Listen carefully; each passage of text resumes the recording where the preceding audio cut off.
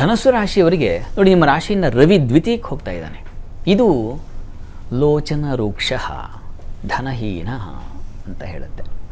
ಕಣ್ಣಿನ ಬಾಧೆಯನ್ನು ಉಂಟು ಮಾಡ್ತಕ್ಕಂಥ ಒಂದು ಲಕ್ಷಣವನ್ನು ಸೂಚಿಸ್ತಾ ಇದೆ. ಹೀಗಾಗಿ ಕಣ್ಣು ಇಷ್ಟು ದಿವಸ ಚೆನ್ನಾಗಿದ್ದಿದ್ದು ಈಗ ಕನ್ನಡಕ ಹಾಕೊಳ್ಳೋ ಪರಿಸ್ಥಿತಿ ಬರುತ್ತೆ. ಕನ್ನಡಕ ಹಾಕ್ಕೊಳ್ತಾ ಇದ್ದವರು ಇಲ್ಲ ಇದಕ್ಕಿಂತಲೂ ಇನ್ನೇನೋ ಸಮಸ್ಯೆ, ಒಂದು ಸರ್ಜರಿನೇ ಮಾಡಿಬಿಡೋಣ ಅಂತಕ್ಕಂಥ ಒಂದು ಸಂದರ್ಭ ಏರ್ಪಾಡು ಮಾಡೋ ಸಾಧ್ಯತೆ ಇರ್ತದೆ. ತುಂಬ ಹುಷಾರಾಗಿರಿ.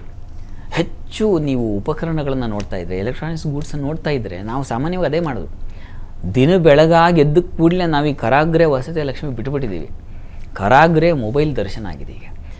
ಆಗ ಮೊಬೈಲನ್ನು ಹಿಡ್ಕೊಂಡಂಥವ್ರು ರಾತ್ರಿ ಮಲಗೋಕ್ಕೂ ಬಿಡೋಲ್ಲ. ಅದು 12 ಗಂಟೆ 1 ಗಂಟೆವರೆಗೂ ಆ ಮೊಬೈಲ್ ಎಂಥ ಮಾಯಾ ಯಂತ್ರಜಾಲ ಆಗಿಬಿಟ್ಟಿದೆ ಅಂದರೆ ಇನ್ನೇನು ಕಣ್ಣು ಹೋಗದೇ ಇರುತ್ತಾ. ಇಂಥವ್ರು ಧನುಸ್ಸು ರಾಶಿಯವರು ಭಾಳ ಪ್ರಧಾನವಾಗಿ ಇದನ್ನು ಎಚ್ಚರಿಕೆ ತಗೋಬೇಕು ಅನ್ನೋದನ್ನು ಸೂಚಿಸ್ತಾ ಇದೆ. ಹುಷಾರಾಗಿರಿ. ಇನ್ನು ತಂದೆ ಮಕ್ಕಳಲ್ಲಿ ಸ್ವಲ್ಪ ಹಣಕಾಸಿನ ಭಿನ್ನಾಭಿಪ್ರಾಯಗಳು ಬರ್ತಕ್ಕಂಥ ಸಾಧ್ಯತೆ.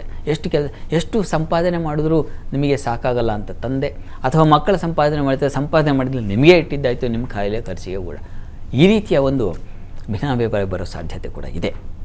ತನ್ನ ಮೂಲಕ ಹಣವೂ ಖರ್ಚಾಗುತ್ತೆ.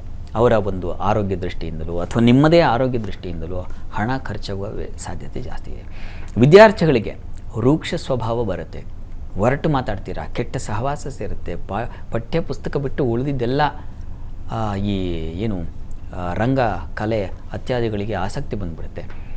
ತನ್ನ ಮೂಲಕ ವಿದ್ಯೆ ಹಾಳಾಗೋ ಸಾಧ್ಯತೆಯನ್ನು ಕೂಡ ಹೇಳ್ತಾ ಇದೆ. ಬ್ಯಾಂಕ್ಗಳಲ್ಲಿ ಕೆಲಸ ಮಾಡೋರು, ಮುಖ್ಯವಾಗಿ ರಾಜಕಾರಣದ ಹತ್ತಿರ ಅವರ ಒಂದು ಸಂಪರ್ಕದಲ್ಲಿ, ಅವರ ಆತ್ಮೀಯ ವಲಯದಲ್ಲಿ ಕೆಲಸ ಮಾಡೋರು, ಅವರೆಲ್ಲ ತುಂಬ ಹುಷಾರಾಗಿರಬೇಕು. ಯಾವುದೋ ಮುಖ್ಯವಾದ ಸಹಿಯೋ ಮತ್ತೊಂದು ಇಂಪಾರ್ಟೆಂಟ್ ಡಾಕ್ಯುಮೆಂಟ್ಸಿಗೆ ಸಹಿ ಹಾಕಿಕೊಟ್ಟು ಮತ್ತು ಅದು ಇನ್ನೇನೋ ಪ್ರಮಾದ, ಇಂಥ ಸಾಧ್ಯತೆಗಳು ಕೂಡ ಇದ್ದಾವೆ.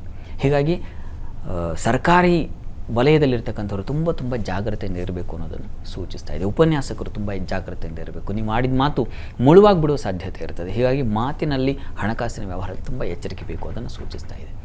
ಈ ಕಾರಣದಿಂದ ಏನಪ್ಪ ಪ್ರಾರ್ಥನೆ ಮಾಡೋದು ಅಂತಂದರೆ ನೋಡಿ, ಧನುಸ್ಸು ರಾಶಿಯವರು ಒಂದು ಗುರು ಪ್ರಾರ್ಥನೆ ಮಾಡ್ಕೊಳ್ಳಿ. ಗುರು ಚೆನ್ನಾಗಿದ್ದಾನೆ, ಅವನ ಕೃಪೆ ಇದ್ದರೆ ಒಳ್ಳೆಯ ಬುದ್ಧಿಶಕ್ತಿ ಬರುತ್ತೆ. ಆ ಕಾರಣದಿಂದಾಗಿ ಗುರು ಕೃಪೆ ಬೇಕು, ಅದನ್ನು ಮಾಡಿ.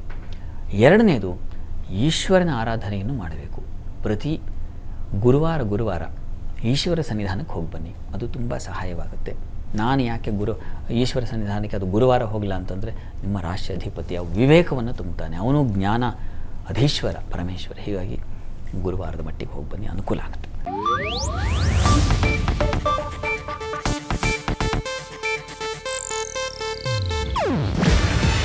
ಇದು ಏಷ್ಯಾನೆಟ್ ನ್ಯೂಸ್ ನೆಟ್ವರ್ಕ್ ಪ್ರಸ್ತುತಿ. ನೀವು ನೋಡ್ತಿದ್ದೀರಾ ಏಷ್ಯಾನೆಟ್ ಸುವರ್ಣ ನ್ಯೂಸ್.